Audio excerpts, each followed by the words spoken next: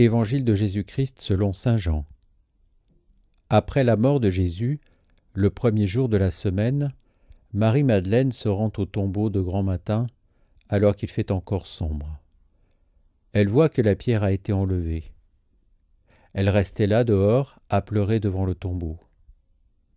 Elle se penche vers l'intérieur tout en larmes, et, à l'endroit où le corps de Jésus avait été déposé, elle aperçoit deux anges vêtus de blanc, assis l'un à la tête et l'autre aux pieds.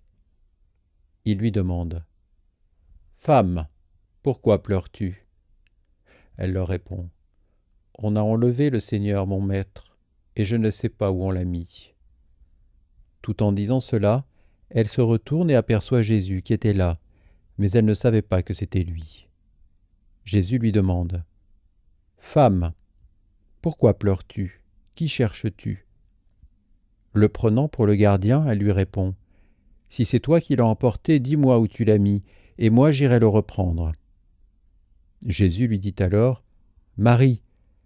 Elle se retourne vers lui et lui dit « Rabouni !» ce qui veut dire « maître » dans la langue des Juifs.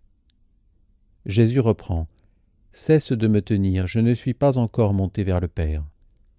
Va plutôt trouver mes frères pour leur dire que je monte vers mon Père et votre Père, vers mon Dieu et votre Dieu. » Marie-Madeleine s'en va donc annoncer aux disciples « J'ai vu le Seigneur, et voilà ce qu'il m'a dit. » Acclamons la parole de Dieu.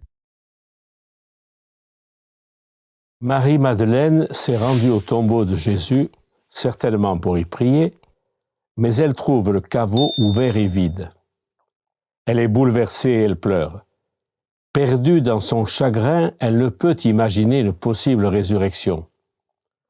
Sa seule explication à cette situation irrationnelle, c'est que le corps de Jésus a été enlevé. Marie-Madeleine est déterminée, elle veut retrouver Jésus, mort sans doute, mais elle veut le voir où qu'il se trouve.